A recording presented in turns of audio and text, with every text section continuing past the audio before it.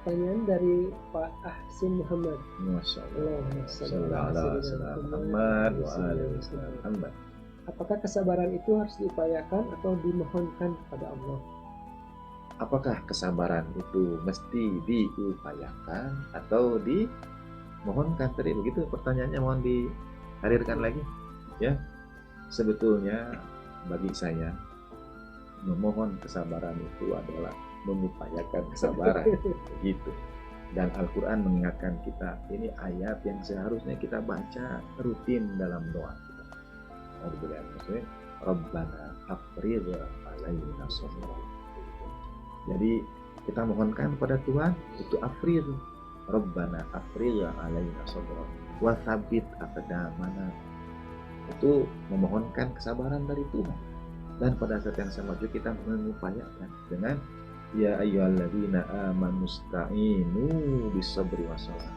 Jadi isti'anah, upaya minta tolong kita itu dengan sabar. Jadi sabar diupayakan atau dimohonkan, dua-duanya. Karena memohon kesabaran adalah bagian dari upaya, dan mengupayakan kesabaran adalah dengan memohonnya. Begitu. Terima kasih. Baik, terima kasih. Dari Pak Dedi Novi, terkait definisi hak, musibah, dan ujian tersebut relatif lebih cenderung ke faktor kualitas personalnya atau bentuk dan level mekanisme kejadiannya. Terima kasih Pak Dedi. Dihadirkan lagi pertanyaannya. Saya kira dua-duanya. Jadi kadang satu peristiwa bisa kita sebut netral, kita tidak pernah tahu. Yang saya maksud netral itu begini, boleh jadi peristiwa ini memang sunnatullah dalam tanda petik, karena gerakan-gerakan lempeng bumi yang sudah Allah Ta'ala tetapkan kepada alam semesta ini. Atau boleh juga karena ulah kita, karena kita menggunduli hutan, karena kita tadi karena kita membuang daerah resapan air dan sebagainya. Nah, kita tidak pernah tahu sebetulnya. Tapi pada saat yang sama juga kita memaknainya bisa personal juga dari sudut pandang itu. Itulah mengapa maksudnya begini, kita bisa memandangnya sebagai ketentuan dari Tuhan, tapi juga kita melihat ketentuan Tuhan ini juga evaluasi bagi kita untuk lebih dekat dengan alam, lebih akrab dengan alam, lebih menghormati alam, begitu. Karena tidak berbuat pasan itu adalah ciri khalifah Tuhan di muka bumi, yang ditanyakan oleh para malaikat, atajalu fiha may yufsidu fiha wa yasfiku dima wa nahnu nusabbihu bihamdika wa nuqaddisu lak. Jadi haknya Allah Ta'ala yang tahu. Tapi dari perspektif kita, baik musibah atau ujian itu bisa personal, bisa juga tergantung bentuk dan level peristiwa. Saya kira demikian. Terima kasih. Baik, pertanyaan berikutnya dari Maidan Jadid. Ya. Apa penjelasan Quran surat 5722 arti musibah yang telah tertulis di Lauhul Mahfuz dan yang menimpa pada diri kita hari ini? Apakah ini pencapaian suatu progres mendapat pahala terukur antara qada dan qadar? Ya, terima kasih saudara. Ini juga saya mohonkan untuk ikut juga menyaksikan.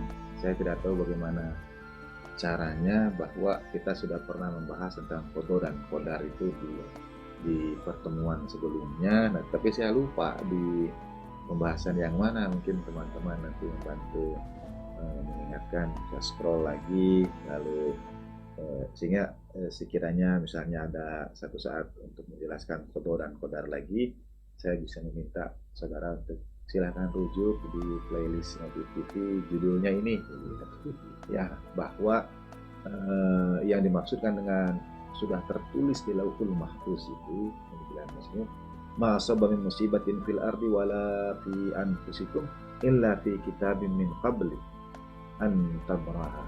Sebetulnya yang tertulis, yang dimaksudkan tertulis itu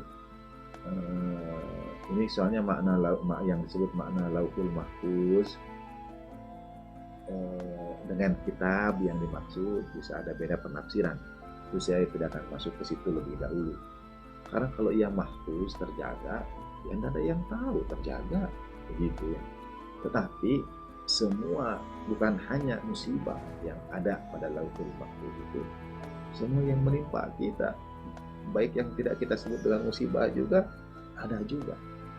Nah, yang kedua yang dimaksud dengan ditentukan itu karena ilmu Allah Subhanahu wa taala yang meliputi segala sesuatu. Karena itu memang mesti masuk dalam pembahasan qada dan qadar yang pernah kita sampaikan di TV. Mungkin nanti kalau teman-teman ingat bisa ditulis di room chat, atau terus yang barangkali ingat dulu membahas tentang apa waktu itu. Mengenai itu kalau nggak salah apa, mengenai ayat Ar-Rahman, Surat Ar-Rahman di sekitaran di situ. Oh, sekitaran. Masya Allah ya, Masya Allah ya. Kami saudara tidak bisa protes karena kalau kami lupa, itu sudah tertulis di Lauhul Mahfuz begitu ya. Ya bukan itu Allah, ilmu Allah Ta'ala meliputi segala sesuatu, tetapi ada bagaimana kadarnya sampai pada kita itu ditentukan oleh ikhtiar manusia, upaya manusia, amal manusia.